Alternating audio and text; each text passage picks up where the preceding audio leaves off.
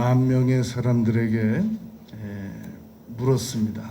당신이 지금 가장 원하는 것이 무엇입니까? 당신에게 당신의 남은 인생 동안에 당신이 가장 간절하게 바라는 것이 있다면 무엇이겠습니까? 이렇게 물었습니다. 그랬더니 기회를 얻고 싶습니다. 그런 답변을 가장 많이 했더랍니다.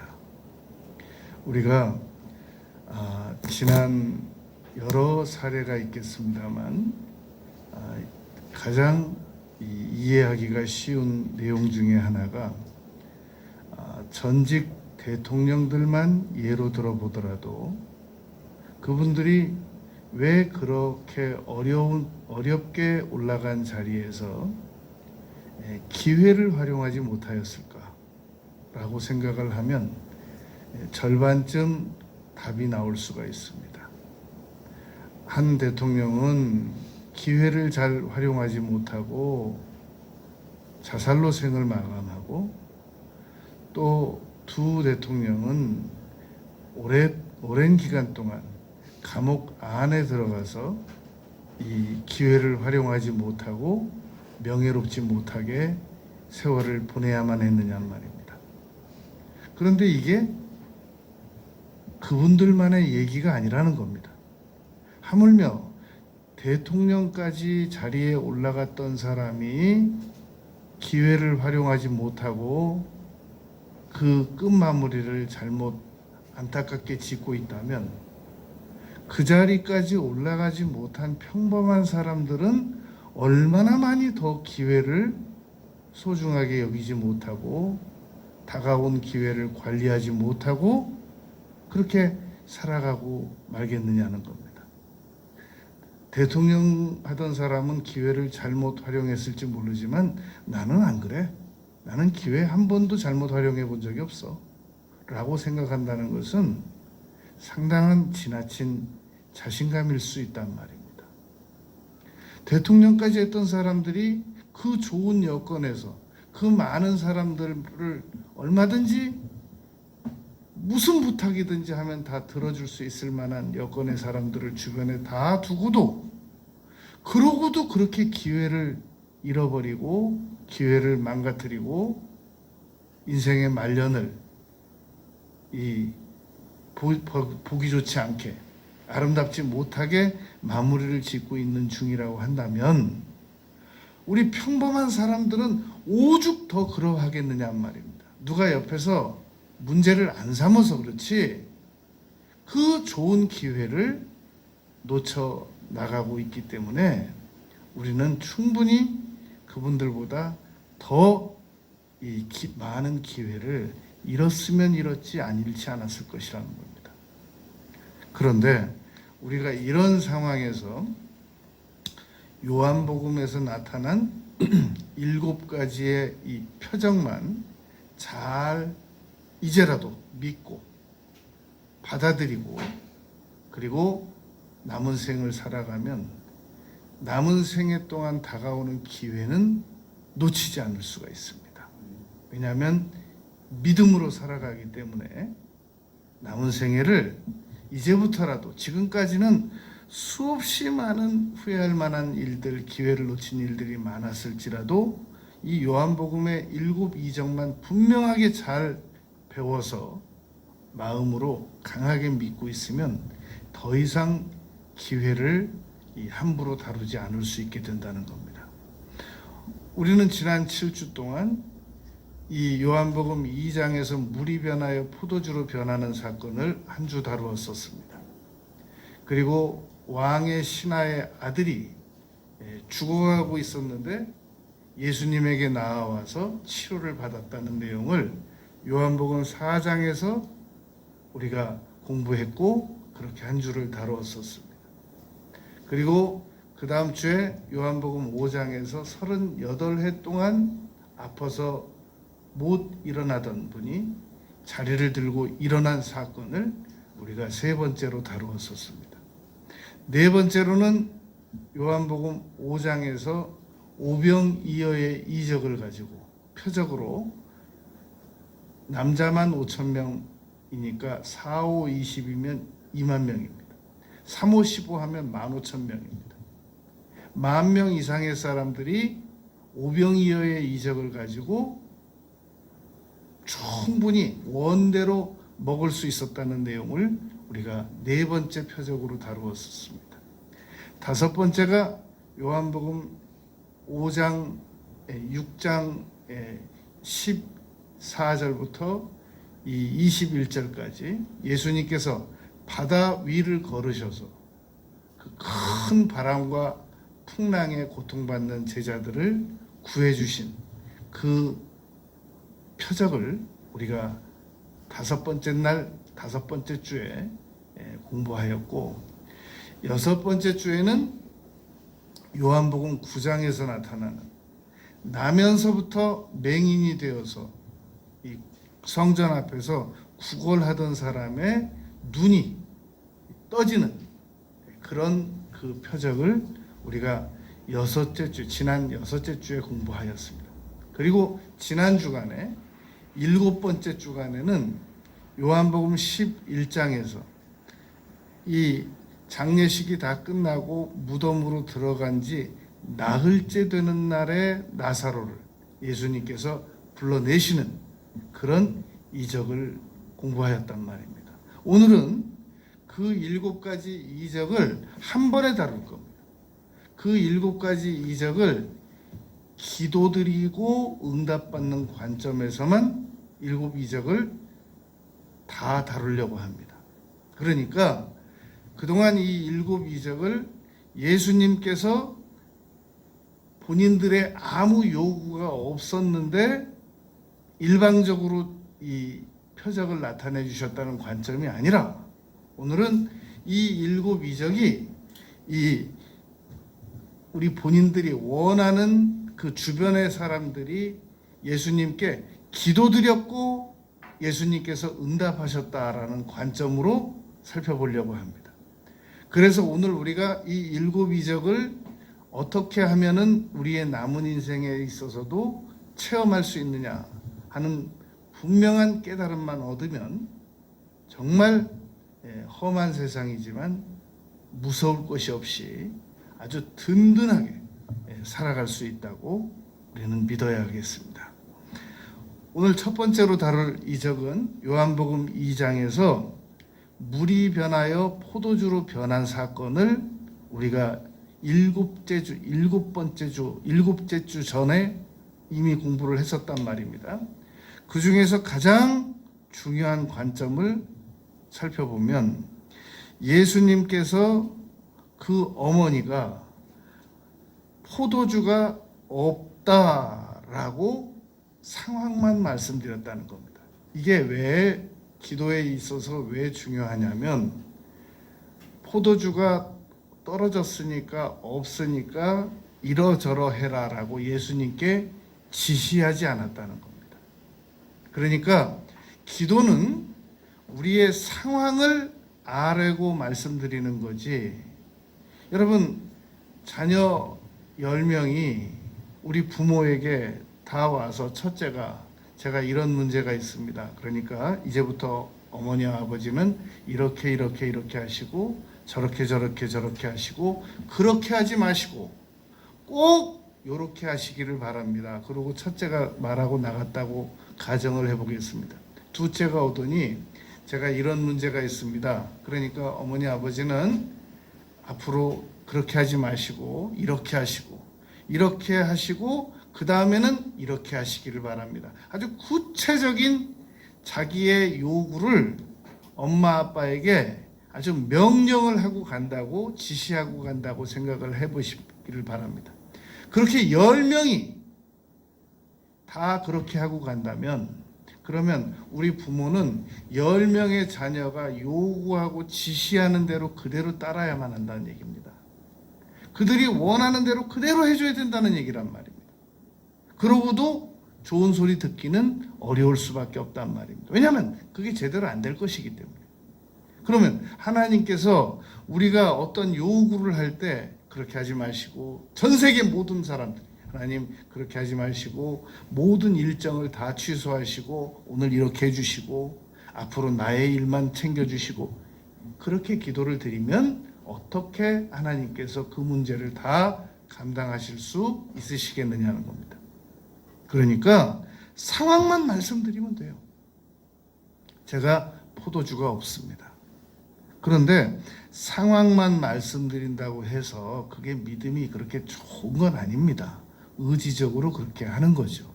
왜냐하면 이제 7번째 이 표적으로 가서 죽은 나사로 사건 때 예수님께서 나사로가 아프다는 얘기를 듣고 이틀을 더 계신 곳에 유하시고 그리고 가셨단 말입니다. 그런데 그때 마르다 마리아가 주께서 여기 계셨더라면 내 오라버니가 죽지 아니하였겠나이다라는 그 기도 방식은 옳지 않았지만 그래도 그 전에 첫 번째로 드린 기도의 내용은 예수님의 어머니의 기도 내용과 아주 유사합니다. 왜냐하면 이렇게 기별했거든요. 주께서 사랑하시는 자가 병들었나이다. 상황만 말했단 말이다. 주께서 사랑하시는 자가 병들었으니까 지금 모든 하던 일을 다 중단하시고 즉시 달려오셔서 뭐 그런 얘기 안 했단 말입니다. 거기까지는 아주 잘했다는 겁니다. 그러므로 우리도 기도 드릴 때 주님 현재 이러이러합니다. 우리는 이 상황만 말씀드리기가 얼마나 어렵다는 걸 기도해 보면 금방 압니다. 주님 여기 아픕니다. 어떻게 아프다고만 상황만 말씀드릴 수 있어요? 거기서 말을 어떻게 끊을 수 있겠습니까? 치료해 주세요. 이 통증을 멈추게 해주세요. 좀 도와주세요. 여러 부수적인 말들이 따라가게 돼 있지 어떻게 상황만 딱 깔끔하게 말씀드리고 더 이상 아무 말씀도 안 드릴 수 있겠냔 말입니다. 그러므로 상황만 아뢰고 나머지는 주님의 지침을 기다린다는 거 이거 보통 좋은 신앙이 아닙니다. 보통 깊은 신앙이 아니란 말입니다. 우리는 부수적으로 추가적인 내용들을 하나님께서 들으시든지 안 들으시든지 마음에 들어 하시든지 안 들어 하시든지 우리의 요구를 막 계속 연이어 말씀을 드리게 돼 있단 말입니다. 본성상. 그러므로 우리가 이 요한복음 2장에서 첫 번째 표적에서 예수님께서 이 마음에 들어 하시든지 안 들어 하시든지 이 예수님의 어머니는 막 이 말 저 말 할 수 있었어요. 여러분 성경은 정경이라고 해서 이 66권을 우리가 채택해서 66권만 우리는 성경으로 인정을 한다. 그래서 보고 있단 말입니다. 그런데 천주교는 우리보다 더 많은 권수의 이 성경을 인정을 합니다. 우리보다 9권을 더 많게 인정을 해서 그 천주교 성경을 보면 우리보다 더 많은 성경을 가지고 있는데 그런데 거기에 위경이라는 게 또 있습니다. 이건 가짜다. 이건 도저히 인정할 수 없다. 위경 또는 가경 그래가지고 이 성경을 처음에 66권을 선별할 때 그 천주교에서 75권으로 선별할 때 더 이상의 내용들은 너무 이거는 근거가 희박하다 그래가지고 제외시킨 성경들이 있단 말입니다. 위경, 가경. 천주교에서 사용하는 그 추가적인 것은 외경이라고 합니다. 그런데 그 위경, 가경에 보면 예수님께서 요한복음 2장에서 혼인잔치집에 갔던 내용이 친척집이라는 겁니다. 기록되어 있단 말입니다. 예수님의 어머니의 친척집에 갔다. 그러므로 오늘날도 이 여러 주석들에 보면 예수님께서 예수님의 어머니의 친척집으로 그 혼인잔치집에 축하객으로 갔을 것이다 라는 해석이 나오는 이유는 그러한 이유란 말입니다. 그런데 그런 상황에서 예수님의 어머니가 포도주가 없다라고 예수님께 말씀드렸더니 그 사람들 다 보고 있잖아요. 그런데 요한복음 2장 4절에서 예수께서 이르시되 갑자기 이 아들이 어머니에게 처음으로 여자여라고 부르는 겁니다. 얼마나 놀랬겠습니까? 아니 포도주를 안 만들어주면 안 만들어줄 일이지 얼마 전까지 어머니라고 부르던 이 믿음직한 아들이 갑자기 여자여 나와 무슨 상관이 있나이까 내 때가 아직 이르지 아니하였나이다 이렇게 말했단 말입니다. 그러니까 이건 명백한 거절이에요. 우리가 기도 드릴 때 하나님께서 오케이 그리고 바로 응답만 해주신다고 그러면요 기도 안 할 사람이 누가 있겠습니까? 우리가 이제 마가복음 7장으로 가보면 수로보니게 여인이 지금으로 말하면 그 수로보니게는 시리아입니다. 이스라엘을 가보면 이렇게 길 하나를 쭉 차를 타고 이렇게 와보면 저 건너편은 시리아 경계선, 이쪽으로는 이 예루살렘 경계선, 이 경계선이 이렇게 우리 남북처럼 나누어져 있는 경계선이 있단 말입니다. 그런데 수로보니게 그 시리아의 이 여성은 여러 가지를 분석해 보면 굉장히 부요한 집의 엄마와 딸이었을 가능성이 높습니다. 그런데 문제는 이 딸이 귀신 들렸단 말입니다. 그때 어머니가 가서 예수님에게 내 딸을 고쳐달라고 하니까 나는 이 유대 자녀들 외에는 그때 그런 소문이 파다했었을 때입니다. 나는 이방인들의 자녀는 책임 안 져 라고 분명히 거절을 했단 말입니다. 그런데 이 여인이 그 거절에 굴하지 않고 주여 개도 주인의 상에서 떨어지는 건 먹지 않습니까? 라고 말했더니 예수님께서 마가복음 7장 29절에서 가라 내 딸에게서 귀신이 나갔느니라 라고 응답해 주셨단 말입니다. 여러분 우리는 기도 응답을 받을 때 그냥 아무 장애도 없이 하나님께서는 우리에게 쉽게 응답을 주실 거라고 믿는데 그 기대 수준이 잘못됐단 말입니다. 성경 어디에서 우리가 기도드리면 아무 어려움도 없이 즉시 응답이 온 사례가 몇 건이나 됩니까? 그러니까 우리가 무슨 기도를 드렸을 때 응답이 잘 안 오고 장애물이 오면 이건 지극히 정상적이다.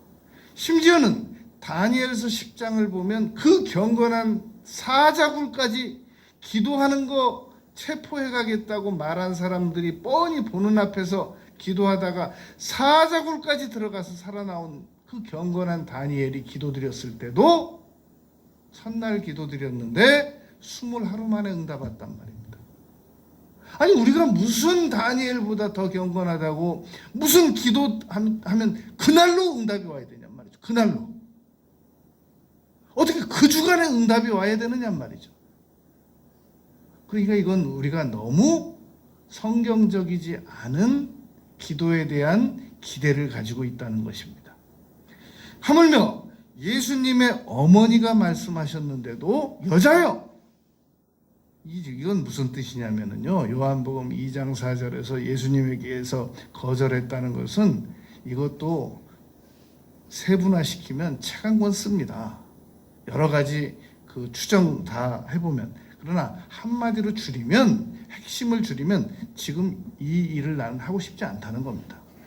예수님의 말씀은 난 지금 내 때가 아니다 뭐 이르지 아니하였다 여자여 나와 무슨 상관 나 지금 이 일 하고 싶지 않다고 말입니다. 그런데 정말 안 했느냐? 잠시 후에 2장 7절에서 항아리에다 물을 채우라.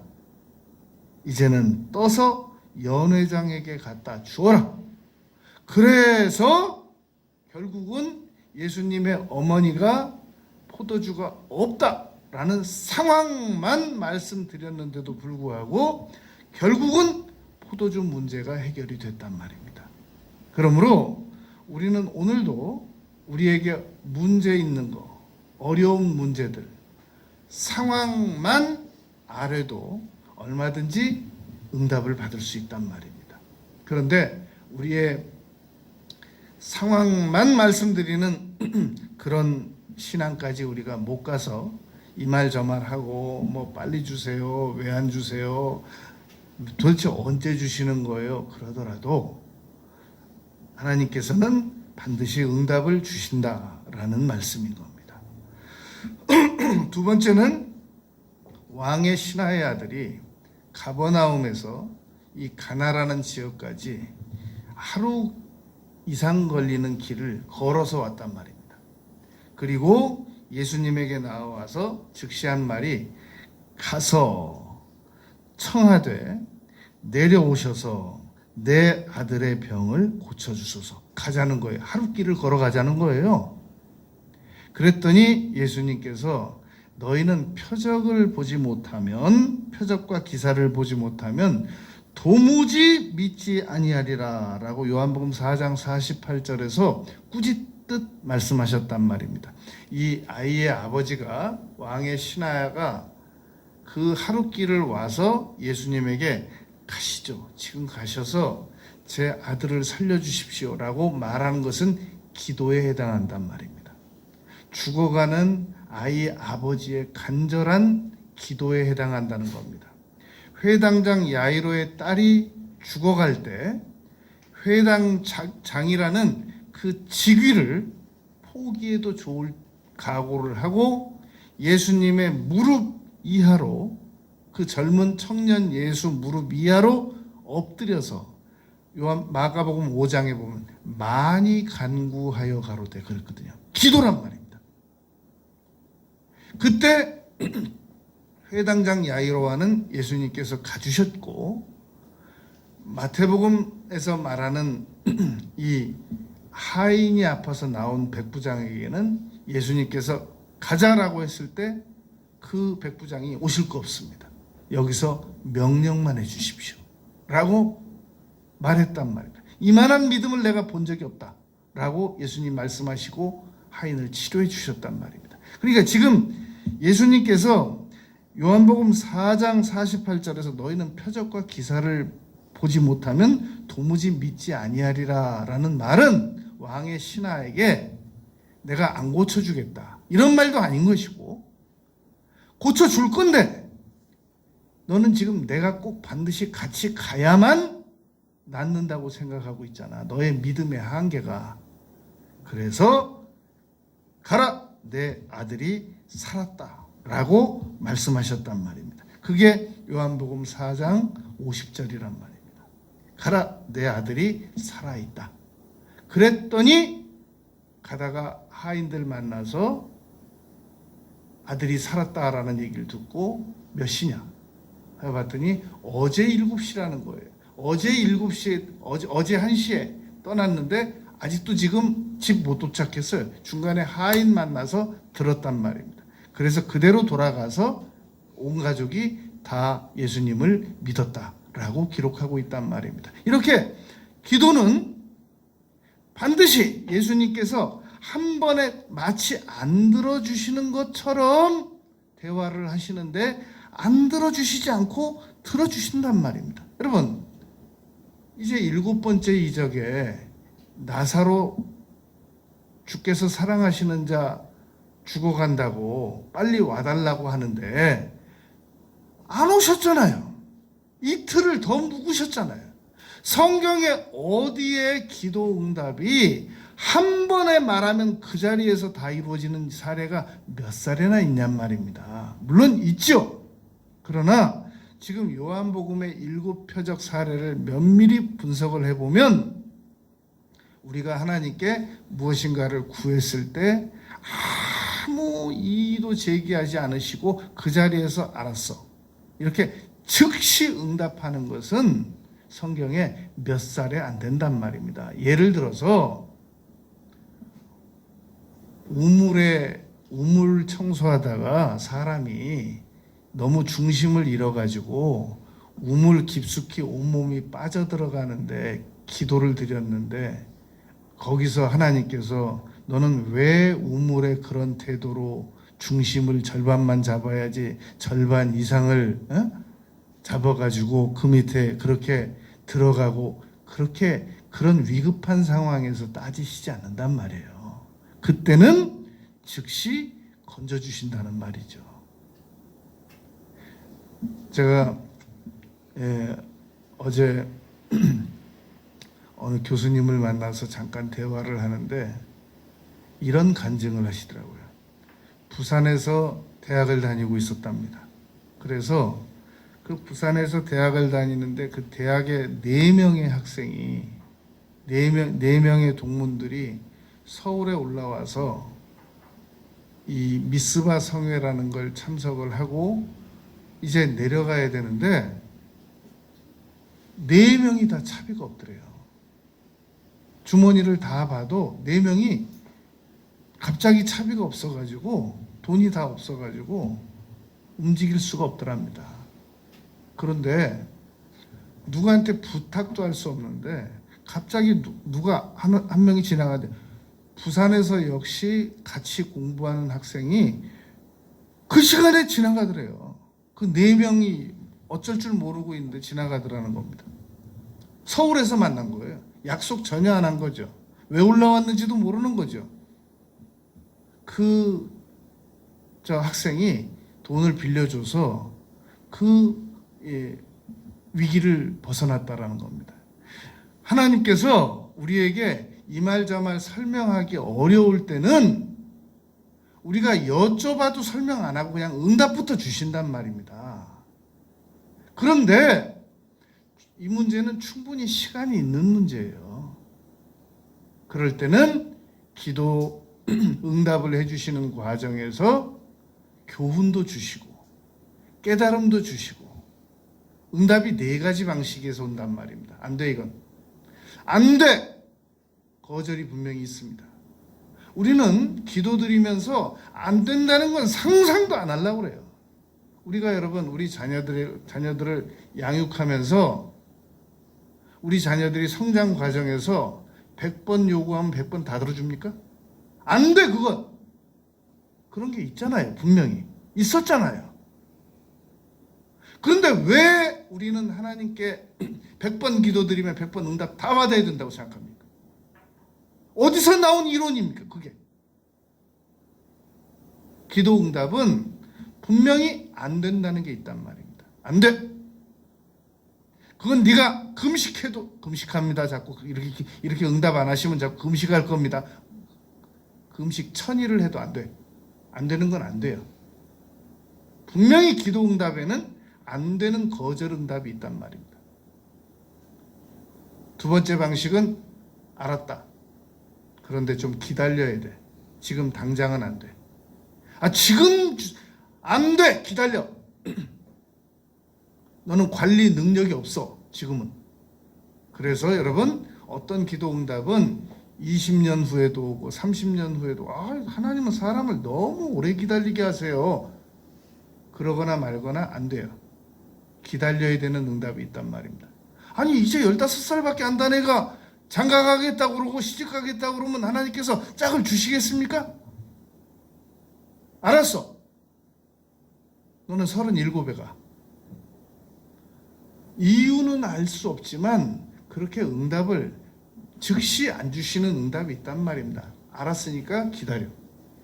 3번째 응답 방식이 알았는데 좀 간절히 구해.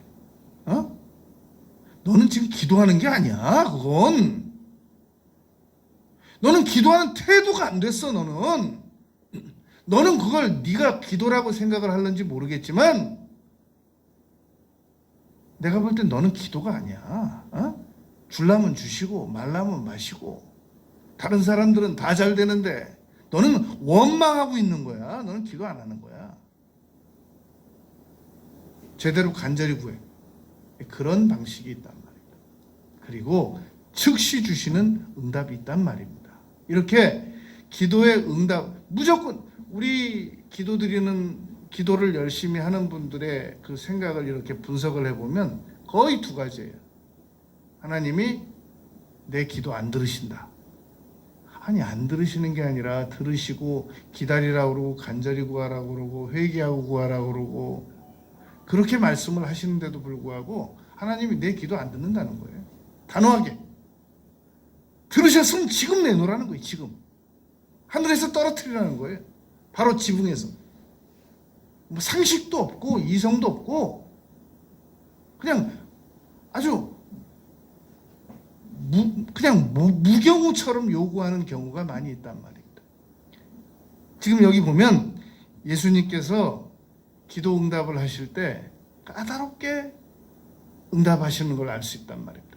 예수님의 어머니에게도 여자여 라고 야단치실 거 다 치셔가면서 예수님의 어머니가 하인들에게 무슨 말씀을 하시든지 지시하시는 대로 해라. 그리고 공손하게 가만히 있으니까 잠시 후에 물 떠다 부어라.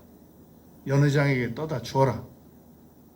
연회장이 막 놀래가지고 어디서 이렇게 맛있는 포도주가 나왔느냐고 그러고. 그러니까 결국 들어주세요. 응답해 주신단 말입니다. 꼭 우리가 원하는 쪽으로만 방법으로 이렇게 하지 마시고 저렇게 하지 마시고 그렇게 하지 마시고 이렇게 하시고 그렇게 기도 응답을 받겠다고 생각하는 것은 그건 아주 인간적으로 봐도 교양이 없는 그런 그 요구 방식이란 말입니다. 어느 몰상식한 자녀가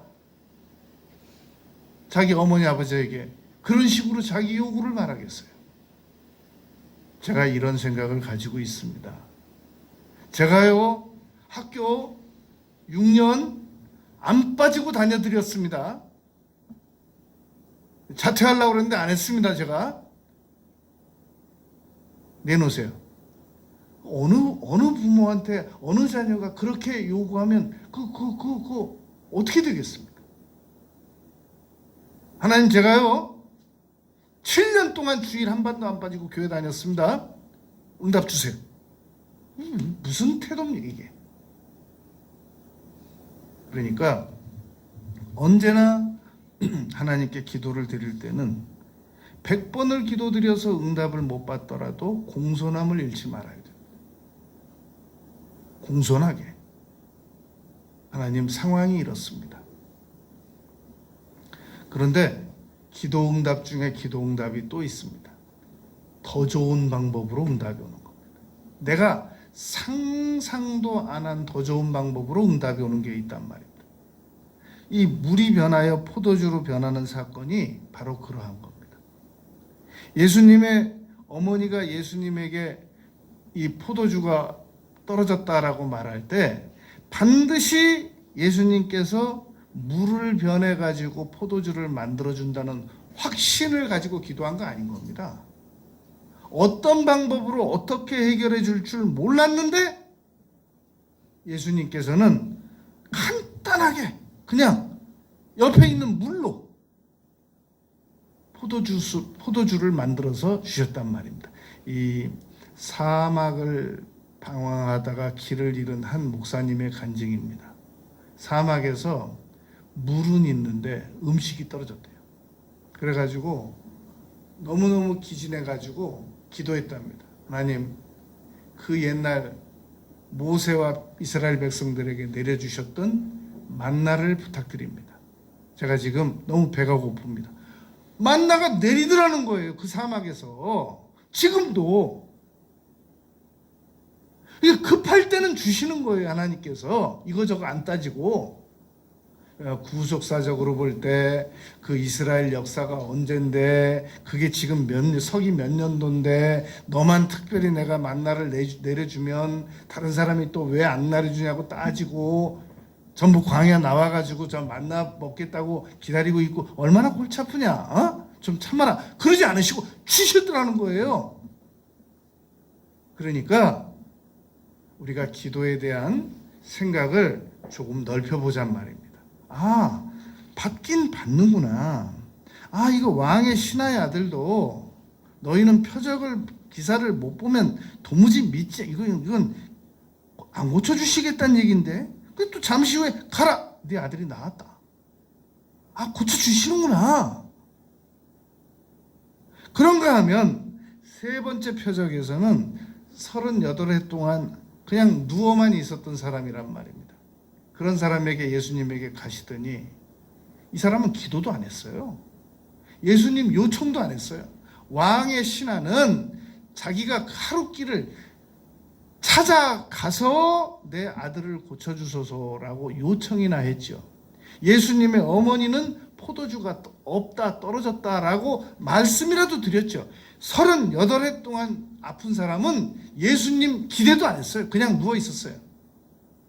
그런데 갑자기 명절날 예수님이 오시더니 예수님인지도 몰랐어요. 나중에 성전에서 만나서 더 심한 것이 생기지 아니하도록 다시는 죄를 짓지 말라라는 말씀하심으로 말미암아 예수라는 사실을 알게 됐단 말입니다. 그런데 갑자기 오시더니 기도를 할 수밖에 없도록 질문을 하셨습니다. 내가 낫고자 하느냐?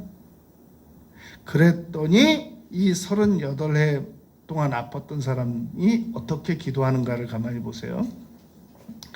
제가 물이 움직일 때 나를 저 못에다가 먼저 넣어줄 사람, 1번으로 먼저 넣어줄 사람, 돕는 사람이 없기 때문에 저는 다른 사람이 항상 먼저 내려가기 때문에 못 내려가고 지금 이렇게 있은 지 38해 동안입니다. 이게 이 사람의 기도입니다. 여러분, 기도가 아주 공손하게 딱 무릎 꿇고 주님 지금 저의 기도를 들어주시옵소서 이렇게 기도드리는 사람만 세상에 있는 게 아니란 말입니다. 기도는 기도인데 딱 무릎 꿇고 앉으면 오만 불평을 다 늘어놓는 기도도 있다. 얼마든지 있을 수 있습니다. 우리 다 해봤잖아요. 한 번씩은. 몇 번씩은 해봤잖아요. 우리 다. 이 사람 기도가 그런 기도란 말입니다.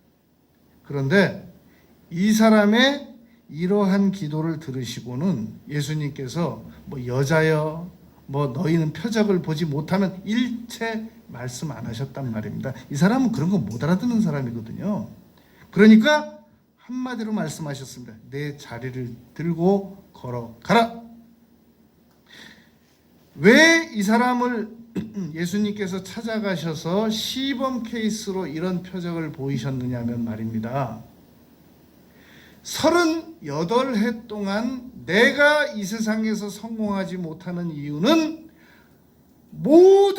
내가 성공하지 못하는 이유는 이 세상에 나보다 나은 사람이 수없이 많기 때문에 나는 성공할 수 없다라고 굳게 믿는 유형이란 말입니다. 이 사람은. 내가 이 세상에서 성공하지 못하는 이유는 내가 게으르거나 내가 노력하지 않거나 안 했거나 내가 부정적인 사고를 가졌거나가 아니라 이 세상에는 똑똑한 사람이 너무너무 많기 때문에 나는 그 사람들에게 언제나 치여가지고 나는 남은 생에도 이렇게 살아갈 수밖에 없다라고 전형적으로 믿는 유형의 사람이란 말입니다. 그 사람을 치료하시기 위해서 그런 사람은 기도도 안 하거든요. 그런 사람은 하나님께 나오지도 않는단 말입니다. 그러니까 그런 사람도 얼마든지 치료받을 수 있다는 사실을 샘플로 보여주시기 위해서 예수님께서 찾아가셨단 말입니다. 저는 오래전에 이런 간증을 들은 적이 있었습니다. 그 주한장로교회의 그 전도왕 어느 권사님에게 들은 간증인데요. 이 아들은 옛날에 강화는 이렇게 들어갈 때 검문소가 많았습니다. 왜냐하면 북한이 가깝기 때문에. 그래서 들어갈 때도 다 검색하고 나올 때도 다 검색했단 말입니다. 그런데 이 한 청년이 강화에 가가지고 악한 영에게 씌워요. 그래가지고 무슨 산신령 지팡이 같은 거 하나를 거기서 가지고 나왔는데 그 검문하는 군인들이 못 보더래요. 이 아들이 강화에 갔다 와가지고 자기 집 방에다가 다라이 하나를 놓고 쌀을 수북이 담은 거에다가 귀신이 시킨 거죠. 그렇게 하라고.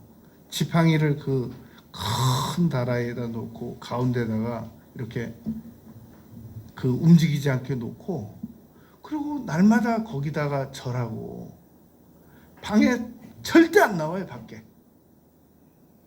다행히 그 집에 예수님 믿는 사람이 있어가지고 그 전도환 권사님에게 부탁을 한 거예요. 우리 집에 청년 하나가 있는데 그냥 햇빛도 안 보고 온몸이 다 말라가지고 자기 방에서 나오지도 않고 저러고 있다고, 도와달라고. 그 전도환 권사님이 너무너무 간단하게, 무서워서 그 집에서는 손도 못 대는 그 지팡이, 부목사님 모시고 가서 예배 한번 드리고 그냥 커튼 다 걷어버리고 쌀 밥해 먹고 지팡이 뽑아보고 건강해졌단 말입니다. 그럼 무슨 설명이 필요하겠어요? 말도 통하는 사람한테 하는 거지. 이거저거 아무것도 모르고 38해 동안 모든 세상의 문제는 나보다 앞선 사람들 때문에 내가 이러고 살아가고 있다고 38해 동안 생각하는 사람에게 무슨 설명이 필요하겠냔 말이죠. 그러니까 내 자리를 들고 걸어가라. 그리고 나중에 성전에 만나서 다시 죄를 짓지 말라. 이렇게 말했단 말입니다. 네 번째 이 표적이 오병이어의 표적입니다. 예수님께서 이제 오병이어를 가지고 그렇게 많은 사람들을 먹였습니다. 그런데 막 이 사람들이 예수님을 임금 삼으려고 하니까 안 되겠다, 제자들을 격리시켜야 되겠다, 그래서 빨리 건너편으로 배 타고 가라고 보냈단 말입니다. 그런데 그러하기 전에 이 배가 고파가지고 고통받는 사람들에게, 그 많은 만여 명이 넘는 사람들에게 무슨 이론을 얘기하겠냐고요. 뭐 기도라는 건 어떻고, 뭐 양식이라는 건 어떻고, 인류에게 필요한 것은 양식이며, 뭐 말씀, 사람은 떡으로만 사는 게 아니고 말씀으로 사는, 누굴 붙잡고 얘기를 하느냐고요. 이 많은 사람에게. 그러니까 아무도 요구 안 했는데 예수님께서 저들을 불쌍히 여기셔서 오병이어의 이적, 칠병이어의 이적을 베푸셨단 말입니다. 다만 제자들과만 대화하셨습니다. 갈 것 없다, 너희가 먹을 것을 주어라. 마태복음 14장 16절, 마가복음 6장 37절, 누가복음 9장 13절 말씀이 너희가 갈 것 없다, 너희가 먹을 것을 주어라 라고 말씀하시고, 빌립에게만 이 사람들에게 우리가 어떻게 먹을 것을 구해서 줄 수 있겠느냐 라고 말했더니, 빌립이 대표적으로 200데나리온이 있어야만 이 많은 사람들을 먹일 수 있겠습니다. 그게 여러분 빌립의 기도인 거예요.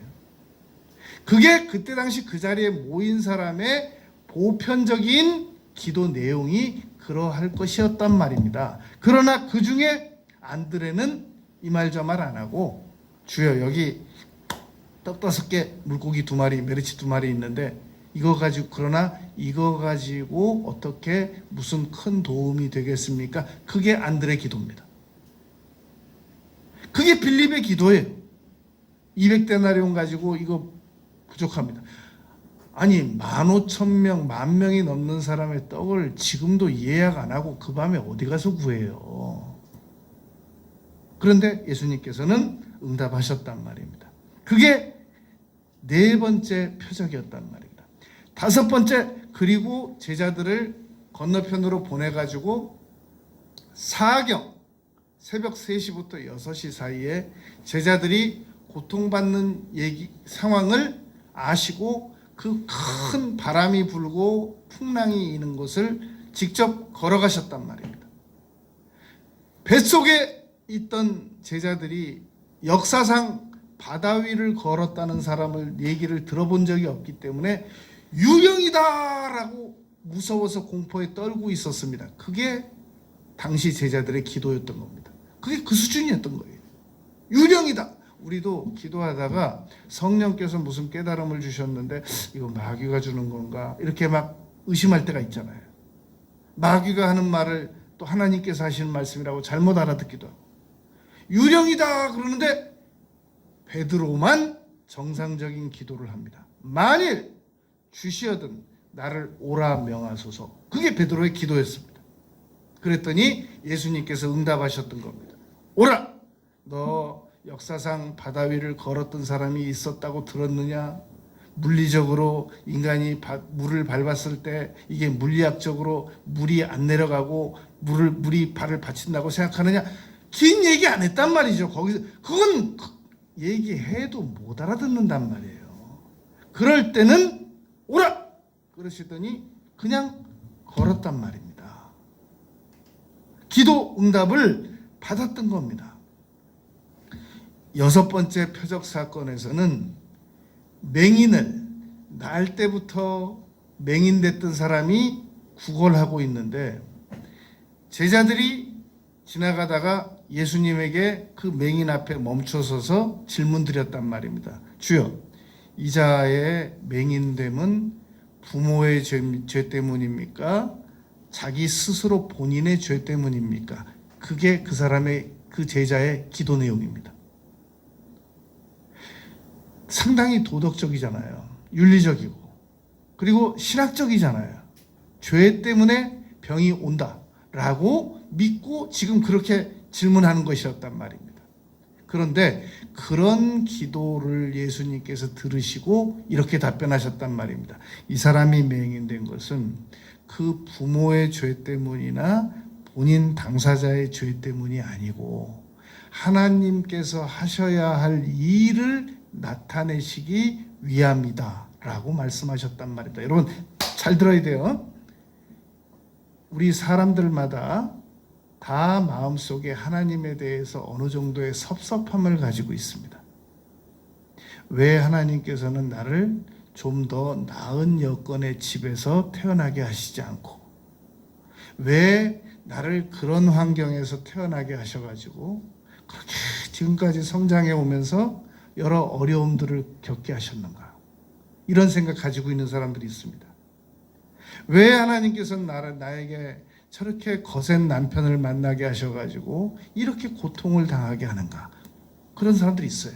마음속에 생각을 가지고 있어요. 그게 기도인 거예요, 그 사람의. 마음속으로 떠오르는 그 생각도 기도란 말입니다. 마음의 묵상이 주께 연락된다 그러잖아요. 꼭 다른 사람들이 내가 이런 생각을 가지고 있다라고 입으로 내놔서 다 듣게 안 해도 그 사람 마음속에 속으로 가지고 있는 그 생각이 곧 그 사람의 기도인 것이란 말입니다. 그런데 이 맹인도 그런 생각 가지고 있었거든요. 왜 하나님은 나를 왜 태어날 때부터 눈을 못 뜨게 하셔가지고 이렇게 구걸하게 만들고 사람들에게 천시받게 하는가? 분명히 맹인의 그런 생각 가지고 있었단 말입니다. 그런데 그 생각을 예수님의 전혀 엉뚱한 사람들이, 예수님의 제자들이 예수님께 대신 말을 해준 거예요. 기도인 겁니다. 부정적인 기도인 겁니다. 그런데 예수님의 응답이 놀라워요. 이 사람의 죄 때문도 아니고 이 사람의 부모가 지은 죄 때문에 맹인이 된 것도 아니고 이 사람에게 하나님께서 앞으로 이 사람에게 하실 일 때문에 이 사람이 한시적으로 맹인이 됐던 거다. 가서 씻으라 그러니까 나았단 말입니다. 그렇다면 오늘 우리가 가지고 있는 우리 마음속에 마치 그 맹인이 그 속에 가지고 있었던 생각이 하나님께서 하실 일을 나타내기 위함이셨다면, 여러분 우리가 지금부터 태어나서부터 그 험한 역경을 다 이기면서 오늘까지 왔단 말입니다. 왜 이런 일을 우리는 당해야만 했는가? 앞으로 하나님께서 하실 일 때문이란 말입니다. 내 팔자 때문이 아니고 내 운명 때문이 아니고 그렇게 해석하지 말고, 그동안은 나는 정말 험한 인생 살으라고 하나님께서 이 세상에 던져놓으셨기 때문에 하이데거 말처럼 이렇게 살아온 것 같았는데 아니었구나. 하나님께서 나의 이 인생을 이렇게 잘 들어 쓰셔가지고 이 상황에서 더 나은 상황으로 나를 만들어내시면 내가 하나님께 얼마든지 영광을 돌리게 하시기 위하여 나를 이렇게 인도하셨구나 라고 생각을 하는 것의 목적이 바로 이 6번째 이 맹인 치유 사건이란 말입니다. 실로암 가서 씻으라 라고 말했던 것이란 말입니다. 그리고 이제 7번째 이적이 몸이 아파서 주께서 나사로가 예수님을 사랑했다고 기록하고 있지 않습니다. 주께서 그토록 사랑하시던 그 나사로가 지금 병들었나이다. 주께서 사랑하시는데 병들었다고 요한복음 11장 3절에서 말씀하고 있거든요. 그러니까 그게 기도였다고 우리가 아까 얘기했잖아요. 예수님께서 그 기도 들으셨는데 이틀 더 아무 반응 없으시고, 그리고 오셔가지고 이 마르다가 나와서 주께서 여기 계셨더라면 그게 마르다의 기도였습니다. 오라비가 죽지 아니하였겠나이다. 그리고 말이 안 되겠으니까 너 마리아 데려와라 그러니까 마리아가 또 나오더니 주께서 여기 계셨더라면 오라비가 죽지 아니하였겠나. 그 마리아의 기도예요. 그리고 그 주변 사람들은 뭐라고 말했냐면 맹인의 눈을 뜨게 하니가 저를 죽지 않게 할 수는 없었더냐. 그 사람의 기도입니다. 모든 말이 민수기 14장에 보면 내가 너희가 하는 말을 내가 귀로 들었고, 신명기 5장에서 보면 그가 하는 말을 하나님께서 다 들으셨기 때문에 모든 우리의 인간의 언어는 기도란 말입니다. 나의 묵상이 생각도 상달되는 것처럼 말도 상달된단 말입니다. 이렇게 7 표적을 나타내 주셨단 말입니다. 여러분, 자, 잘 정리를 해보겠습니다. 언어는 3가지가 있습니다. 크게 하나는 창조의 언어가 있고, 2번째는 사물의 언어가 있고, 3번째는 구술의 언어가 있습니다. 창조의 언어는 누가 사용하시는 거냐면은 하나님께서 사용하시는 겁니다. 하나님은 말씀하시는 즉시 창조가 이루어지기 때문에 하나님의 언어는, 인간의 언어는 창조라고 안 합니다. 창조의 언어라고 합니다. 사물의 언어는, 잘못하면 이거 범신론적으로 해석하면 안 되는데, 꽃은 아름답다라고 칭찬받기를 원하는 그 각 사물의 저 건물 참 예쁘다, 이 사물의 언어가 있단 말입니다. 그리고 구술의 언어는 인간의 언어입니다. 하나님께서, 창조의 하나님께서 아담에게 구술의 언어를 주셔서 이름을 다 짓게 만드시고, 그래서 그 지은 이름을 불러지게 하셨단 말입니다. 하나님의 언어는, 예수님의 언어는 이 7 표적에서 창조의 언어로 나타납니다. 왜 그러느냐? 이 물을 채우라, 일반 사람이 물을 채우라 그래가지고는 포도주로 안 변하거든요. 떠서 연회장에게 가져다 줘라, 창조의 언어입니다. 하나님의 창조의 언어는 오늘 우리에게 얼마든지 이루어질 수 있단 말입니다. 가라, 아들이 살았다, 창조의 언어입니다. 예수님의 언어는 창조의 언어이신 것이란 말입니다. 내가 낫고자 하느냐? 내 자리를 들고 일어나라, 창조의 언어입니다. 갈 것 없다, 너희가 먹을 것을 주라, 창조의 언어입니다. 냉이 두려워하지 말라, 창조의 언어입니다. 오라, 걸어라, 오라, 창조의 언어란 말입니다. 가서 씻으라, 씻었더니 나았단 말이다, 창조의 언어입니다. 나사로에 나오너라, 창조의 언어란 말입니다. 내 오라비가 다시 살리라, 창조의 언어란 말입니다. 이 창조의 언어는 오늘도 앞으로 예수님 오시는 그날까지 영원토록 계속됩니다. 그러므로 우리는 언제든지 문제가 있을 때마다 계속 간절히 간구하는 이유는, 구사리 맞아가면서도, 야단 맞아가면서도, 거절당해가면서도 품 안에 파고드는 자녀는 못 버린다고 계속 하나님께서 창조의 언어를 나의 인생에, 나의 남은 생에 말씀해 주시도록 계속 파고들어야 된단 말입니다. 침노해야 된단 말입니다. 그러면 어느 순간 예수님께서 말씀하신단 말입니다. 떠다 줘라, 가라, 내 아들이 나았다, 난이 두려워 말라, 갈 것 없다, 너희가 먹을 것을 주어라, 계속 말씀하신단 말입니다. 가서 씻으라, 내 자리를 들고 일어나라. 나사로야 나오너라.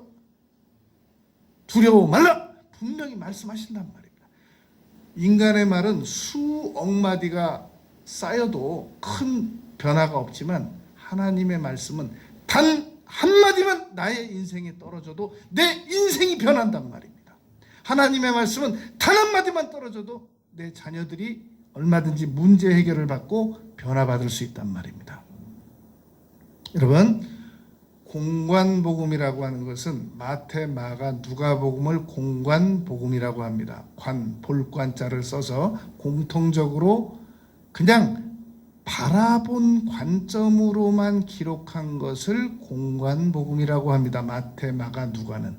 마태, 마가, 누가는 마태의 해석이나 누가의 해석이나 마가의 해석이 일체 곁들여지지 않은 그 책을 모아놓은 것을 마태, 마가, 누가복음이라고 합니다. 그러나 요한복음이 마태, 마가, 누가복음에 묶여서 사복음서라고 되어 있는 것은 뒤에 복음이라는 말 때문입니다. 복음이라고 하는 정의는 첫째, 예수님께서 인격적으로 어떤 분이신가. 둘째, 예수님께서 무슨 일을 하셨는가. 셋째, 사도들이 예수님에 대하여 무엇이라고 증거하였는가. 이것을 복음이라고 한단 말입니다. 그래서 복음이라는 관점에서 사복음서가 묶여 있지만 공관복음과 요한복음을 분리시킨 이유는 요한복음에는 사도 요한의 해석이 곁들여져 있단 말입니다. 사도 요한이 이 요한복음을 기록한 목적이 오늘 본문 말씀 요한복음 20장 30절 31절입니다. 여러분, 요한복음 20장 30절 31절 바로 전에 보면 요한복음 20장 30절이 있다는 얘기는 요한복음 20장 29절이 전절이겠죠. 요한복음 20장 30절 전절 29절에 보면 예수님께서 도마에게 이렇게 말씀하셨단 말입니다. 나를 본고로 믿느냐 보지 아니하고 믿는 자는 더 복되다라고 말씀하셨단 말입니다. 여러분, 믿음은 세 가지로 나눠집니다.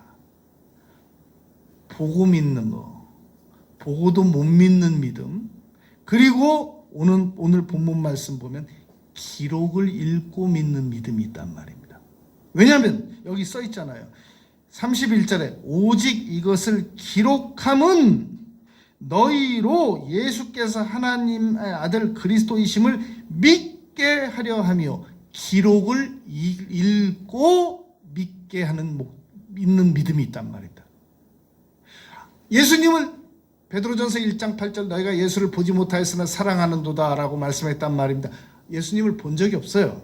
근데 어떻게 믿느냐? 기록을 읽고 믿는 믿음이 있단 말입니다.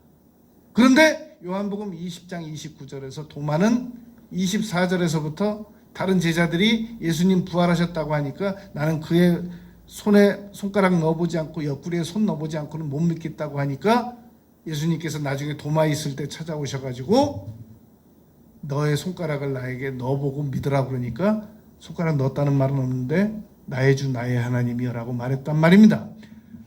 보고 믿는 믿음이 있습니다. 도마처럼 예수님을 보고 믿는 믿음이 있고 예수님께서 보지 못하고 믿는 자가 더 복이 있다라는 말은 아예 아무것도 들은 것도 없고 본 것도 없이 믿는 무지한 맹목적 믿음을 말한 게 아니라 더디 믿는 자들에게 내가 옛날에 너희에게 제사장들에게 고난을 받고 죽은 후에 사흘 후에 다시 살아나리라 라고 했던 그 말을 근거로 보지 않고 믿는 자가 복이 있다라는 말이라는 뜻이란 말입니다. 그리고 기록된 대로 보고 믿는 자가 있단 말입니다. 사도 요한은 마태, 마가, 누가적 관점에서 공관복음을 쓴 게 아니라 요한일서 1장 1절에 보면 이 사도 요한이 이렇게 말했단 말이에요. 태초부터 있는 생명의 말씀에 관하여만 내가 들은 바요, 눈으로 본 바요, 자세히 본 바요, 그리고 우리의 손으로 만진 바다 라고 요한일서 1장 1절에서 말씀했단 말입니다. 그 요한이 요한복음에서 나는 I am that I am, 나는 어떤 존재다라고, 나는 어떤 존재다라고 하는 걸 7가지로 말했단 말입니다. 그리고 또 요한복음에는 요한복음에 7절기가 나온단 말입니다. 그리고 요한복음에는 7표적이 나온단 말입니다. 왜 요한은 이것을 7가지 식으로 정리했을까? 하나님께서 천지 창조를 엿새 동안 하시고 1회째 쉬시는 그런 내용의 관점으로 봐서 7가지로 묶었다는 겁니다. 마태복음에는 예수님의 족보가 이 아주 알아듣기 쉽게 다윗에 대해서, 예수님에 대해서 아담부터 시작해서 있단 말입니다. 누가복음엔 예수님의 족보가 거꾸로 예수님부터 내려가서 아담까지 내려간단 말입니다. 요한복음 1장에는 태초에 천지를 창조하신 창세기 1장 1절의 태초보다 더 먼저 된 태초가 기록되어 있단 말입니다. 그러니까 사도 요한이 요한복음을 아주 어떻게 구성했는가, 하나님께서 천지 창조를 일주일 동안 만드신 것처럼 요한복음을 구성시켜 놨단 말입니다. 우리가 이러한 요한복음에서 7표적을 지난 7주 동안 공부했고, 오늘 총정리적 관점으로 이 7주 동안 보았던 표적을 모아서 기도하고 응답받는 관점으로 다루었던 겁니다. 여러분, 언제라도 이 요한복음 7표적과 오늘 총정리적 관점에서 이 8번째 주에 속한 요 8설교를 믿음이 떨어질 때마다 다시 한번 잘 반복해서 들으면 믿음은 들음에서 납니다. 남은 생애를 살아나가기 위해서 필요한 충분한 믿음을 얼마든지 공급받을 수 있습니다. 7표적을 마음속에 아주 단단히 묶어두고, 흘러떠내려가지 않게 묶어두고, 이 믿음을 더 상승시키면서 남은 생애를 살아가는 우리 모두가 되시길 바라겠습니다.